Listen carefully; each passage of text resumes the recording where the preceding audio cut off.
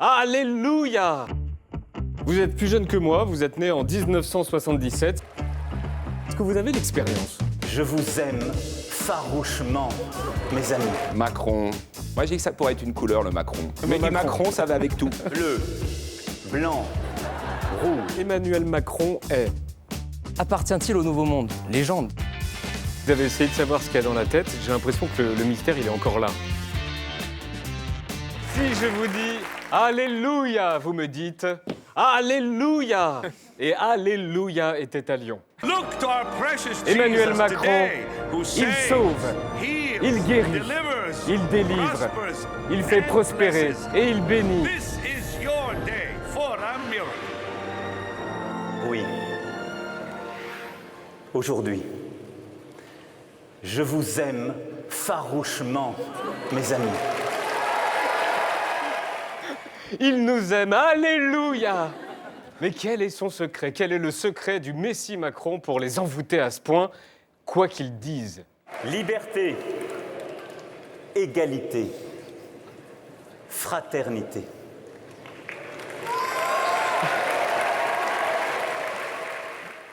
Alléluia. Mais vraiment, quoi qu'ils disent. Bleu, blanc, rouge. Alléluia! Il a dit bleu, blanc, rouge. Quelles que soient les portes ouvertes qu'il enfonce. Alléluia! À ceux qui ne croient plus rien, aux cyniques, aux défaitistes, aux déclinistes qui les entourent, nous leur disons, le meilleur est devant nous, le meilleur est à nous. Et l'eau, ça mouille. Alléluia! Le meilleur est devant nous, le meilleur est en nous. Alléluia! L'eau, l'air, la nature. Alléluia! Il a dit l'eau, l'air et la nature. Alléluia! Car notre temps est venu et notre volonté est en marche. Vive la République! Vive la France!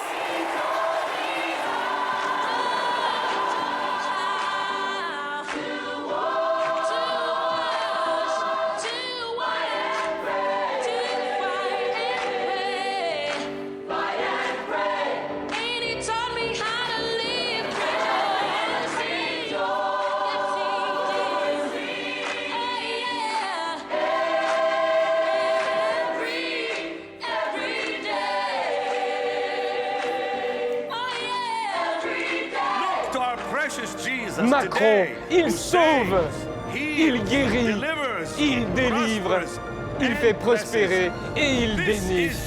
C'est Emmanuel Macron. Alléluia! Vous êtes plus jeune que moi, vous êtes né en 1977. C'est la première fois que j'interviewe un candidat à la présidentielle plus jeune que moi. Et vous savez quoi? Oui, mais ça risque d'arriver de plus en plus. Et plus vous durerez, plus ça risque de se reproduire. Oui, oh, bah oui, je sais. Mais, non, mais oui, d'accord, mais là, c'est la première fois. Est-ce que vous avez l'expérience? Si je ne pensais pas avoir l'expérience, je ne serais pas devant vous ce soir. Je ne suis pas un inconscient. Vous savez, on confond souvent l'expérience et l'âge. Je n'ai pas le même âge que les autres. J'en ai jamais fait un argument. Je pense que c'est très malvenu. Mais expérience dans la politique, vous n'en avez pas. Non, mais j'ai une expérience dans le gouvernement et dans ce qui est utile pour prétendre, je pense, à ces fonctions. J'ai été fonctionnaire. Je connais l'État dans son fonctionnement, ses services, ses rouages. J'ai été dans le secteur privé, donc je connais aussi la vie hors de la sphère publique et politique, et c'est utile pour parler d'économie, pour parler de l'international et autres, alors que beaucoup, je crois aujourd'hui, toutes celles et ceux qui sont autour de moi n'ont pas eu cette expérience. J'ai connu les cabinets et j'ai été 2 ans ministre. Donc j'ai l'expérience qui me permet de prétendre aujourd'hui à cette fonction.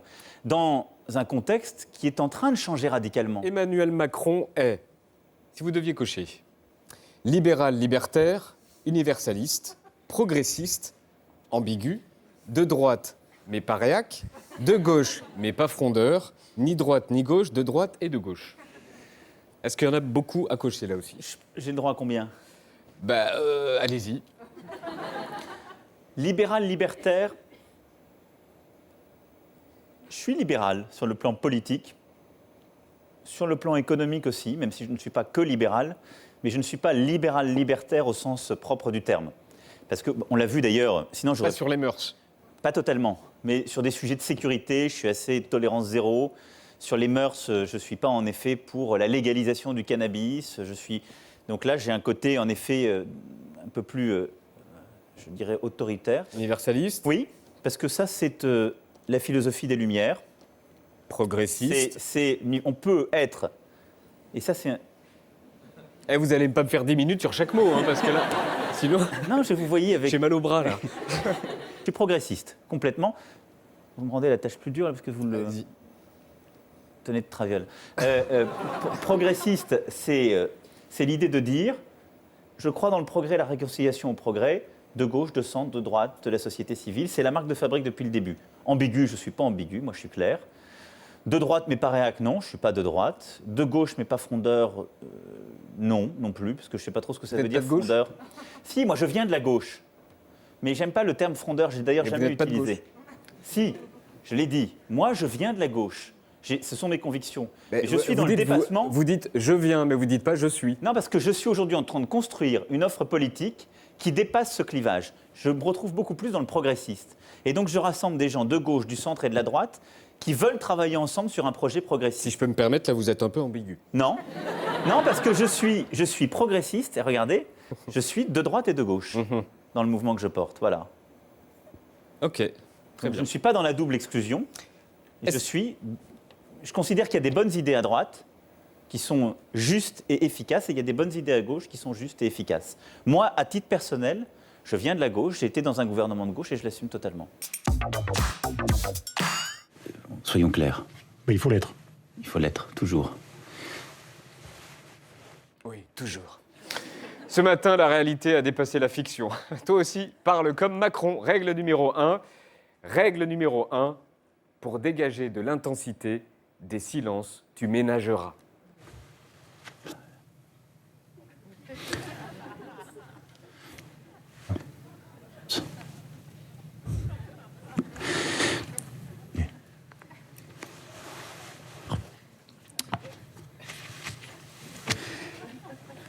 Passons sur ce passé.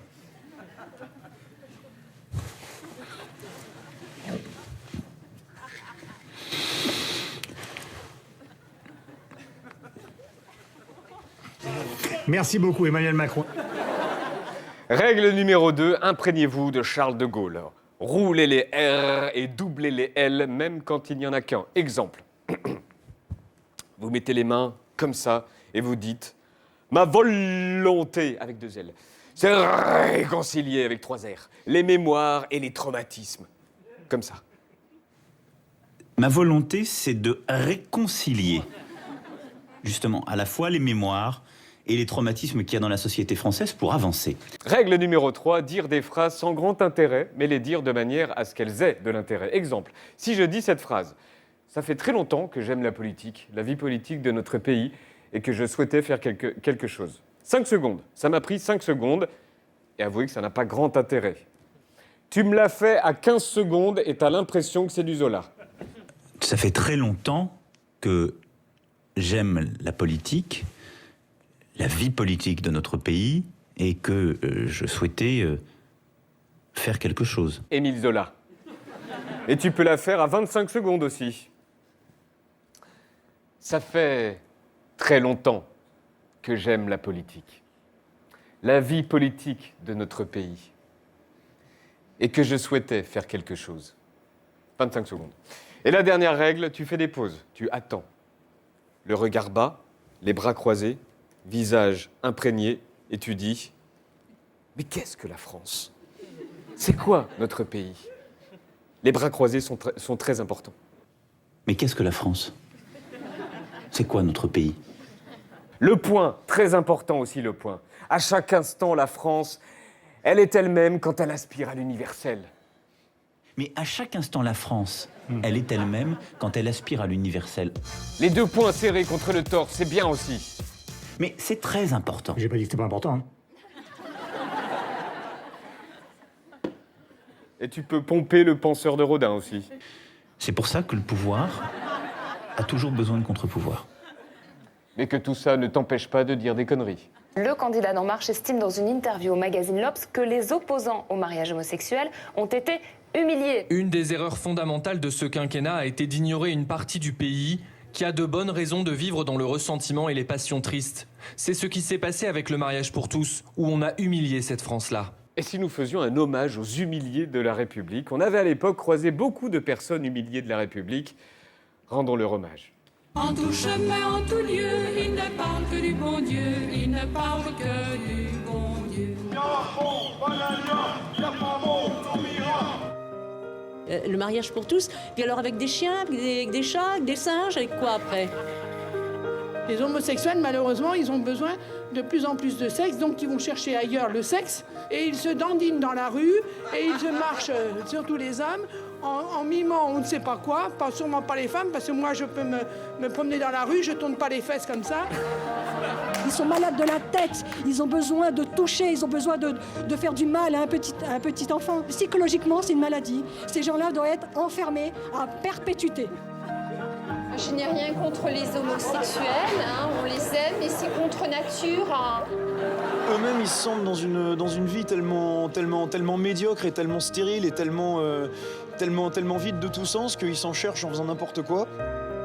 En physiologie, la femme a deux trous, elle a un vagin et un rectum. Le vagin, c'est pour y planter une verge, le rectum, pour expulser les étrons. Voilà, et non pas l'inverse. Les homos, ils ont qu'à aller se faire enculer et puis fermer les gens. C'est contre nature. Il ne parle que du bon Dieu. Sur les grands sujets de société, vous êtes assez frileux. Ce sera quoi votre grande réforme sociétale, le truc aussi fort que le droit à l'avortement, la dépénalisation de l'homosexualité, l'abolition de la peine de mort, le mariage pour tous? Vous allez vous battre pour quoi?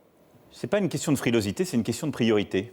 Moi, je vais me battre pour que ce pays rentre dans le siècle nouveau. Et la priorité, ce sont des réformes économiques et sociales avant d'en faire des réformes sociétales. Et donc, en effet, on pourra y revenir. La fin de vie, ce n'est pas une priorité? Ce sera pas non, je vous le dis, ce n'est pas une priorité sur le plan de la loi. C'est une priorité quand on le vit. Je pense que, comme vous, j'ai eu à le vivre avec des proches. C'est une priorité à ce moment-là. Mais penser que d'un doigt souverain, celui ou celle qui devient président de la République sait expliquer de manière parfaite comment on va régler tout cela, non. Ce ne sont pas des débats qui se tranchent comme ça sur un plateau. Et ce sont des très mauvais débats de campagne. Par contre, il y a deux sujets. Ce que vous avez dit sur le mariage pour tous? Qu'est-ce que j'ai dit sur le mariage pour tous? Comme quoi c'était un débat trop passionné? Non, j'ai dit que c'était un débat qui, en effet, avait fracturé la société. Je le maintiens. J'ai toujours été clair sur ce sujet. Donc, reconnaître les incompréhensions qu'il y a dans la société, ça ne veut pas dire que nous, pour soi-même, on n'a pas des convictions fortes. Je l'ai toujours dit. Je suis pour cette réforme. Je l'ai défendue, je continuerai à la défendre et je la protégerai contre celles et ceux qui veulent la revoir.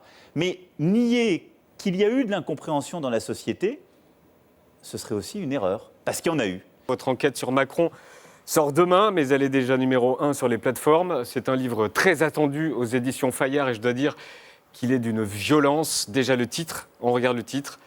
Le traître et le néant. Le traître, si je comprends bien, c'est Macron. Le néant, c'est le macronisme. Le titre est de qui? C'est plutôt moi. C'est vous le coupable? Oui, mais enfin, on l'a fait en bonne intelligence, mais surtout au-delà du jeu de mots en référence à un livre de Jean-Paul Sartre très fameux, L'être et le néant. Il nous a semblé que ces deux termes, ces deux mots représentaient le fruit de notre enquête, en fait. C'est ce qui revenait le plus souvent, c'est-à-dire d'un côté de multiples trahisons, du début de la carrière, on va dire, politique de Macron jusqu'à aujourd'hui, et de l'autre côté, le néant, qui n'est pas seulement le macronisme, qui est aussi le paysage politique qui résulte du macronisme et qui fait qu'aujourd'hui, on se retrouve avec l'extrême droite qui est peut-être au port du pouvoir et surtout une opposition ou des oppositions qui sont complètement explosées. Bah lui, c'est le Petit Prince, attendez, c'est tellement évident. Le Petit Prince qui aimerait bien de Bonaparte, mais il n'a pas trouvé le pont d'Arcole encore, il va peut-être le trouver. Et on commence par une définition illustrée. Voler la vedette, prendre sur soi l'attention qui devait normalement être portée à quelqu'un d'autre. Illustration. Un été apprenant et culturel. Dit qu'en Robinson Park, il va dans la cale chercher ce qui va lui permettre de survivre. Du fromage, du jambon. Ça, c'est déjà un tube. Le show d'Emmanuel Macron présentant les mesures pour aider le secteur de la culture a duré 32 minutes. Une séquence retransmise sur les chaînes info en direct. À côté de lui, à sa droite, le ministre de la Culture, Francky Esther, spectateur du show présidentiel. Là, on rentre dans une période où on doit pouvoir en quelque sorte enfourcher le tigre. Et donc le domestiquer. Là, clairement, il se marre, il sait que cette séquence ne passera pas inaperçue. Franck Riester n'a pas dit un seul mot. Le président a fait référence à lui seulement 2 fois. Et le ministre ensuite fera un point très détaillé de tout ce qu'on va lancer, et les ministres aussi. Il y a eu cette neutralisation que Franck a évoquée. Mais ce qui est sûr, c'est que le ministre Riester a pris des notes. Il a pris beaucoup de notes. Vous êtes mort de rire. J'avais pas vu la séquence. Ah bah attendez, c'est pas fini. C'est pas fini. Alors quand tu prends des notes en réunion, 2 options. La première, c'est vachement important ce que te dit ton boss. Il faut le noter pour ne pas oublier. La deuxième, ça m'arrive parfois, c'est pour te donner une contenance. Tu vois, c'est comme pour fumer une cigarette en soirée, tu vois, quand tu es timide. Pour Franck Riester. Si vous permettez quand même que le ministre prenne des notes sur ce que dit le président dans le domaine de la culture, alors qu'il est lui-même ministre de la Culture, ça me paraît pas idéal quand même comme type de démarche. Justement. Et la preuve. Franck Riester, option 2. Il avait beaucoup de dossiers sur la table, des feuilles blanches à noircir, il écoute, il est attentif. On va devoir vivre avec ce virus. Ah, on va devoir vivre avec ce virus. On va faire attention à ce qu'il ne recircule pas à pleine vitesse. Ah oui, ça c'est important. Il ne circule pas à pleine vitesse. Avec les contraintes et les bonnes règles de distance. Ah oui, les bonnes règles de distance. On va tous collectivement s'adapter. Ah, ça c'est très important. On va tous s'adapter. On ne subit pas. Voilà, on ne subit pas. Définitivement, donc, option 2. Alors, après, on ne sait pas. Ça se trouve, il faisait sa liste de courses. Peut-être. Macron.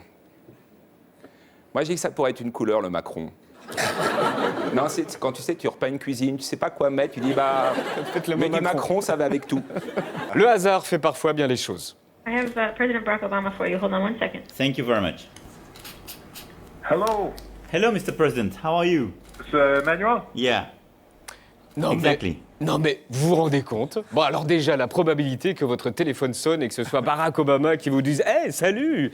est proche quand même de 0, mais la probabilité pour que vous soyez maquillé, impeccablement coiffé et surtout qu'il y ait une caméra allumée pile au moment où Barack Obama vous appelle, là, on n'est plus sur de la probabilité, on est sur du joue au loto plutôt que de jouer à la présidentielle. En tout cas, Emmanuel Macron aime ce moment.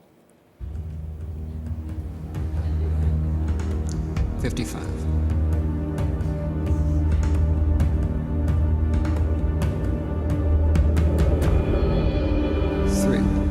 Hello, Mr. President. How are you? Well, I'm doing very well. La frime par Emmanuel Macron. I do appreciate you took the time.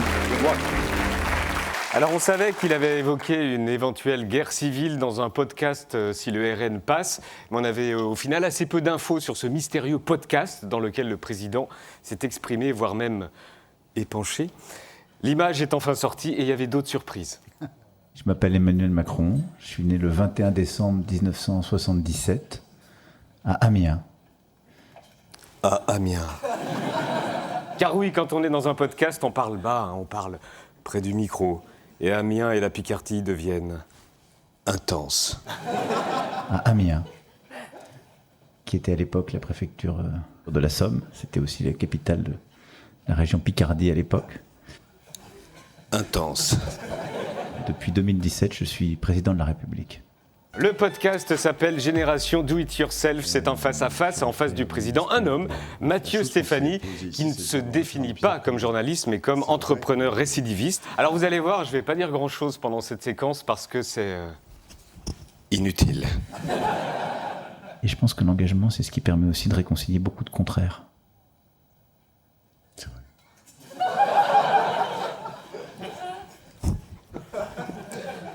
C'est vrai. Oui, après, il y a des gens qui s'en fichent, il y a des gens, ça passe. C'est la vie. C'est la vie. Sur la dissolution et les critiques, voici sa réponse. Pardon. Voici sa réponse. On ne fait jamais tout seul. Mais après, les décisions, vous les prenez seul. Mais il y a certaines décisions, elles se font seules, oui. Parce que c'est ainsi que seules elles peuvent se faire. Hein? On a tendance à plutôt voir le verre à moitié vide, ouais. Mais comment on change ça? En lâchant rien. Moi, c'est mon tempérament. Et voici notre top 3, car oui, il y avait mieux que tout ce qu'on vient d'entendre. Quel a été le moment le plus dur en tant que président de la République?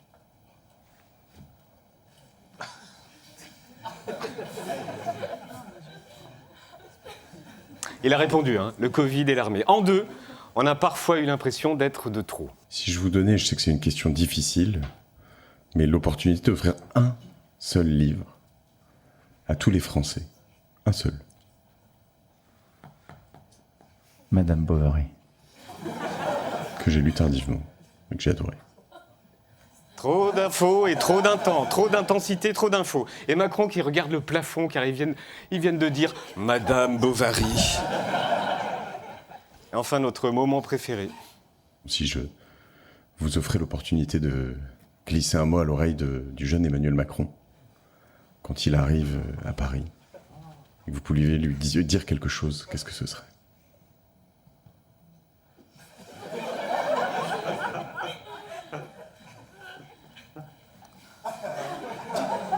Nous assistons au plus long silence de l'histoire du silence.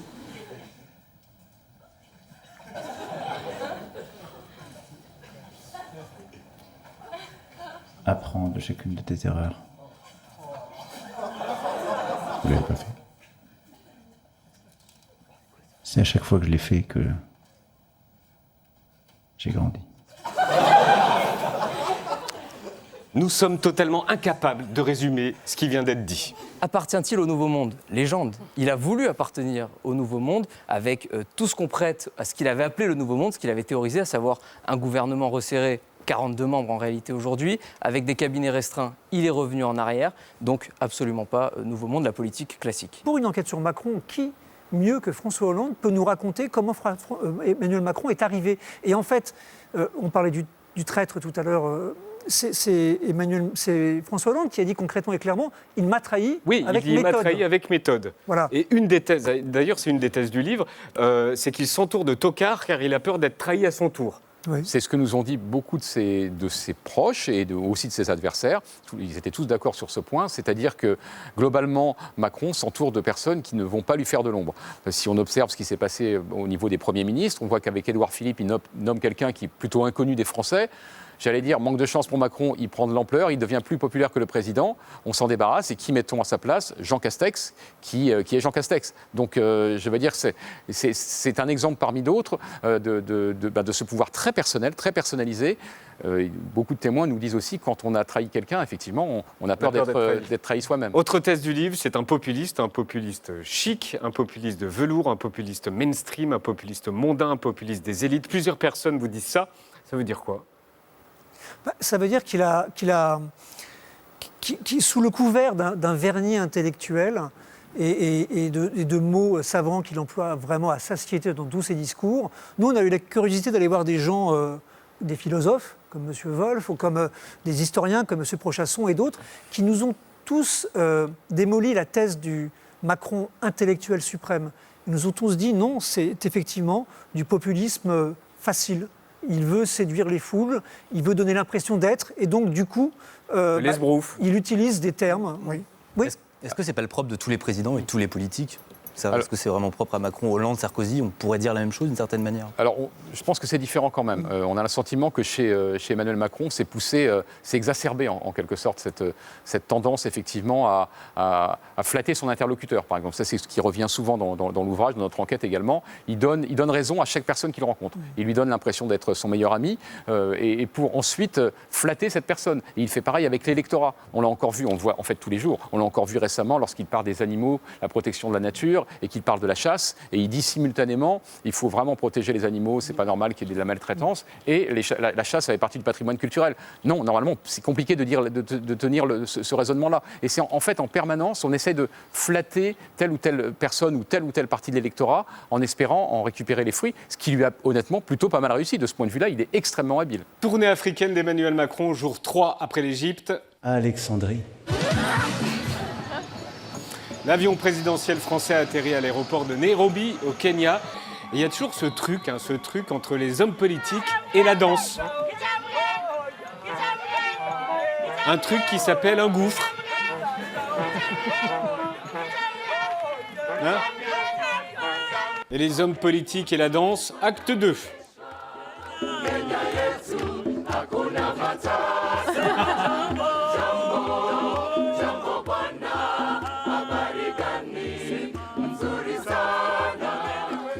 Alors, il manque plus qu'il plante un arbre et il est en train de devenir la reine d'Angleterre à ses heures de gloire. Ah, ben voilà.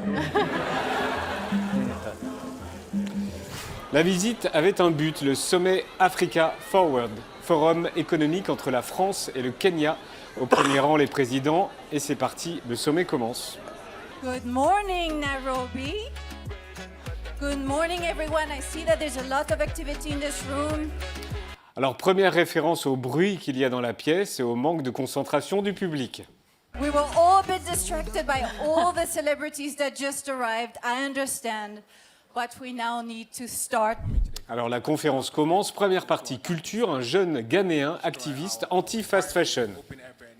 Air pollution and our beaches are dirty. So then. Already? You're not waiting your turn. Tout le monde pense qu'il veut participer au débat, mais en fait, non. Excuse me, everybody. Hey, hey, hey. Alors j'ai le regret de vous annoncer que notre président n'a plus de filtre. Hey, hey, hey. I'm sorry, guys. But it's impossible to speak about culture, to have people like that super inspired coming here, making a speech with such a noise. So, this is a total lack of respect. Alors, il a remonté les bretelles de toute la salle. Hein. Mais en même temps, il a mis des frissons à tout un pays, nous. Écoutez comment l'animatrice du sommet reprend la parole. If you want to stay here, we listen to the people. And we play in the same game, okay? Thank you. And this, ladies and gentlemen, is called leadership. Leadership, mais alors qu'au Kenya, alors. Je dissous donc ce soir l'Assemblée nationale. Is called leadership. Nous avons reçu l'image d'avant son intervention. Attention, il va apparaître dans 3, 2, 1. Doing. Doing. On dirait un suricate royal. Ding. Ding. Ding. Puis ensuite, ça a été à son tour de prendre la parole. D'abord, bonjour et rebonjour à toutes et tous.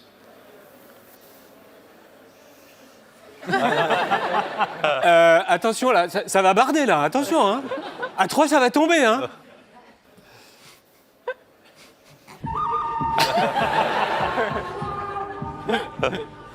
Alors là, maintenant, il faut vraiment se taire. Si vous voulez parler à votre copain, vous pouvez aller un petit peu plus loin. Généralement, fait taire le bruit. Mais en vérité, s'il y a des tas de gens qui ont des discussions à avoir, ce que je respecte profondément, je ne vois pas pourquoi ils viennent la faire au milieu de notre réunion.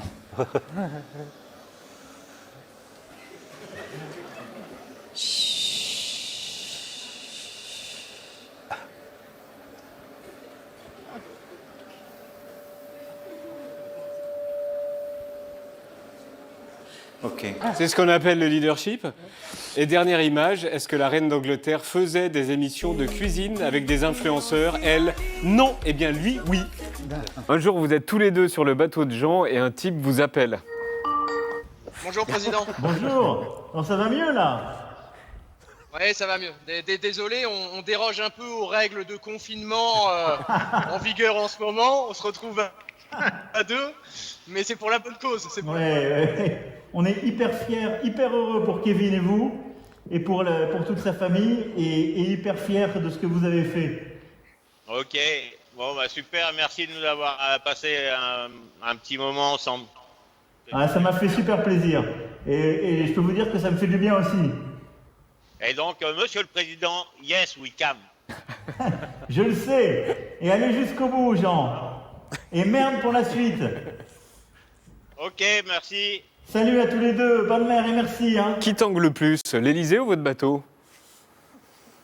le bateau. Voilà, c'était un moment sympa quand même. Hein. Ouais, on était comme deux écoliers, côte-côte sur un siège qui est normalement prévu que pour Jean. Non, c'était top. J'ai dit au président, Monsieur le Président, il y a un truc qu'il ne faut pas oublier, à trop en dire, fait rire, à bien faire, fait taire. Et il m'a dit, ça, je la reprendrai quand même. Oh, c'est qui ça? C'était il y a 10 ans. Ah, il y a 10 ans, tout En pile. Marche. Tout pile. Ah, c'est formidable ça. C'était il y a 10 ans tout pile, donc... cette image. À l'époque, c'est... tu vois, là, il est quand même, si je puis me permettre, il est beau, il est plein d'énergie, il est plus rayonnant. Et En Marche, moi j'ai mis du temps à capter, il y en a qui l'ont capté plus vite que moi, mais En Marche sont ses initiales. Quoi, c'est 10 ans après que tu t'en aperçois? Non, mais le jour où il le fait, je m'étais dit, tiens, En Marche, pourquoi pas En Marche? Tu sais, les noms de partis, si ça ne s'enracine pas dans l'histoire, c'est un peu n'importe quoi.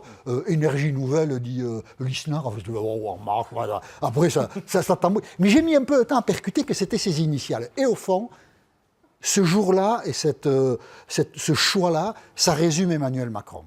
Voilà. Un autocentrage comme on en a rarement vu. Voilà. Est-ce que ça a été une réussite? Oui, puisqu'il a gagné l'élection présidentielle. Mais au bout de 10 ans, est-ce que c'est une réussite? Disons que la question mérite d'être posée. Vous avez essayé de savoir ce qu'il y a dans la tête. J'ai l'impression que le mystère, il est encore là. On ne réussit pas vraiment à savoir ce qu'il a dans la tête. Non, c'est compliqué à de savoir. Le mystère, non, c'est compliqué de savoir ce qu'il y a dans la tête. En revanche, je pense qu'on a réussi à saisir l'insaisissable. Je pense qu'on a levé le voile sur ce pouvoir, sur son accession au pouvoir et sur sa gestion du pouvoir. C'est ça qui nous intéressait le plus, vraiment, parce qu'on ne peut pas construire de théorie sur ce qu'il y a dans le cerveau sans, évidemment, qu'il s'ouvre à nous complètement. Mais en revanche, tout le reste, je pense qu'on a levé le mystère. Nous, on voulait faire un livre qui est en 2 parties, d'où ce titre binaire, au sens des 2 parties. Et c'est d'un côté, qui est exactement Emmanuel Macron et qu'est-ce que le macronisme? Et pourquoi on avait ces 2 questions en tête? Parce qu'on avait le sentiment que c'est ce que beaucoup de Français se demandent en fait depuis 2017. On ne saisit pas ce personnage et en fait il est de droite, il est de gauche, c'est un mouvement centriste, qu'est-ce que c'est? Et je pense qu'honnêtement on ne sait toujours pas exactement ce qu'il y a dans le cerveau d'Emmanuel Macron, sans doute, je ne sais pas qui le sait d'ailleurs, mais en revanche je pense que maintenant on sait qui il est. Et on sait ce qu'il a fait et ce que représente le macronisme, si tant est qu'il existe. Nous, notre conclusion, sans déflorer, je renvoie là à la lecture du livre, mais c'est qu'évidemment, le macronisme se résume à Emmanuel Macron. D'où l'intérêt d'avoir enquêté sur lui. On s'est livré à un exercice intéressant, c'est que tous les gens qu'on a rencontrés, on leur a demandé ce qu'était pour eux le macronisme. Ils ont été incapables de nous le définir. Je vous engage à le faire ici, vous verrez. Mais tous les macronistes vous le disent, après Macron, il n'y a plus de macronisme. De En Marche, il n'y a plus de macronisme. Quoi. Non, le macronisme... C'est pas un peu son échec? Ou alors c'est volontaire. Voilà, c'est quelqu'un qui est totalement obsédé par sa propre liberté. Ce qui est plutôt, à mon avis, dans la vie quotidienne, une qualité. Mais pour diriger un pays comme la France, ça peut être un défaut parce qu'on n'est plus une monarchie, on ne gouverne pas seul. Est-ce que ça peut durer un quinquennat de plus?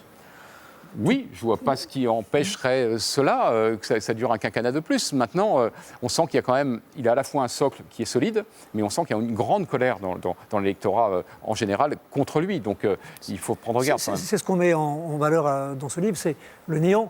On est aujourd'hui dans un pays, Raymond Devos disait, le néant c'est un trou noir avec rien autour. On est un peu là-dedans quand même, il y a des monstres qui prospèrent dans ce néant. Et c'est ça le danger aussi qui le menace. Et est-ce que l'apprenti sorcier n'a pas fait sauter son propre trône? C'est une question qui se pose. Aujourd'hui, je n'ai pas la réponse. Hier soir, on a fait le plein de culture avec Stéphane Bern sur France 3.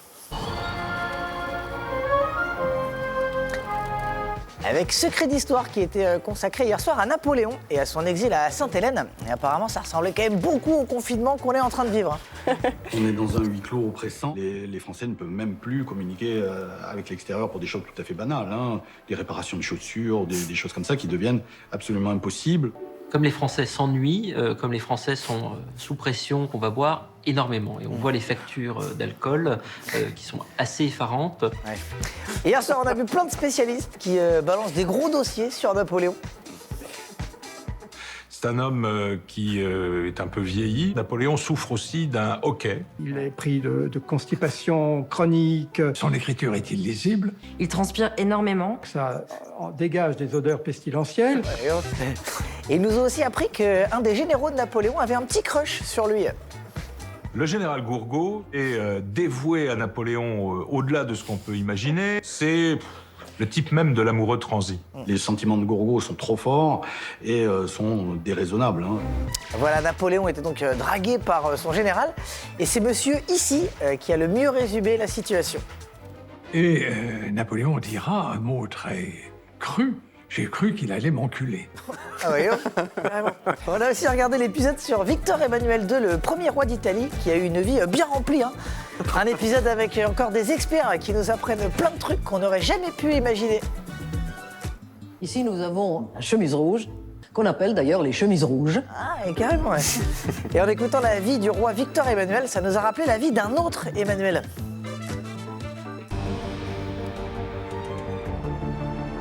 C'est le moment peut-être de découvrir l'intimité d'Emmanuel. Nous allons fendre l'armure d'un homme discret, parfois secret, qui a su triompher contre vents et marées.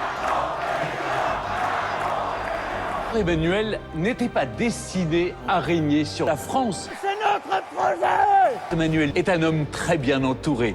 Emmanuel a su rallier les hommes les plus différents à sa cause. L'homme demeure un mystère. Emmanuel a toujours bien caché son jeu. Ce gentilhomme montagnard dans l'âme est proche du peuple. Les montagnards, les montagnards. Jusque dans sa vie amoureuse, épousant sa maîtresse au mépris des convenances. Il est fidèle à une femme pendant toute sa vie.